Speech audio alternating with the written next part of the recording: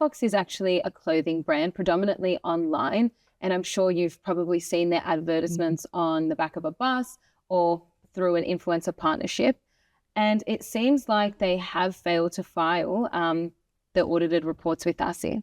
Yeah, they are everywhere. They're on the buses. You can't go on Instagram without seeing them. And they've got so many celebrity endorsements. But let's go back to the actual issue, the business issue here.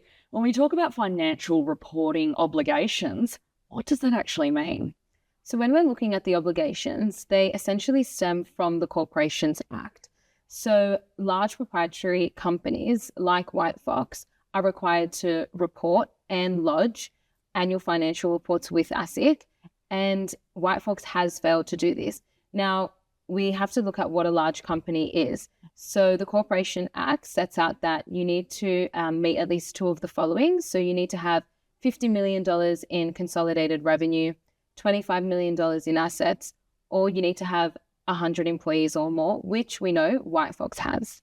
Regardless of the number of employees or however big the company is, White Fox didn't lodge any reports. Is that a serious breach for companies in general? What are the fines and the penalties? Yeah, so it's definitely a serious breach, and it also undermines ASIC's transparency framework. White Fox no doubt has received an infringement notice, and we can probably guess that would have been for a penalty of around $198,000 for not filing the report.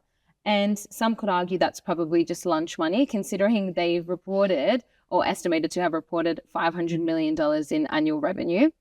And, these penalties can actually escalate. It comes back down to the question, how easy is it for companies to fall into this kind of breach? It sounds like a real minefield to navigate the Corporations Act, to navigate the legislation.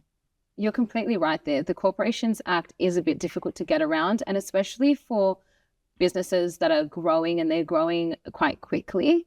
So many companies will expand at a pace without actually updating any of their governance systems or even their directors being informed on their duties and obligations. So it's important that they remain informed of what those are so that they don't find themselves in breach of the Corporations Act and have ASIC knocking on their door. Obviously, to have the regulator knocking on your door, no company wants that. But basically, what's your message? You're an associate here at Black Bay Lawyers, and you do a lot of commercial matters. What's your message to companies, to directors, to even people starting out businesses with respect to complying with the ASIC and to comply with the law? Because business law and the Corporations Act, it's pretty complicated at times. What's your message to all the businesses and company directors watching this? Well, my main message would be to make sure you engage proper legal and financial advice. The Corporations Act, it's not easy to navigate on your own. So taking that step and speaking with the specialist is probably the most important recommendation I have.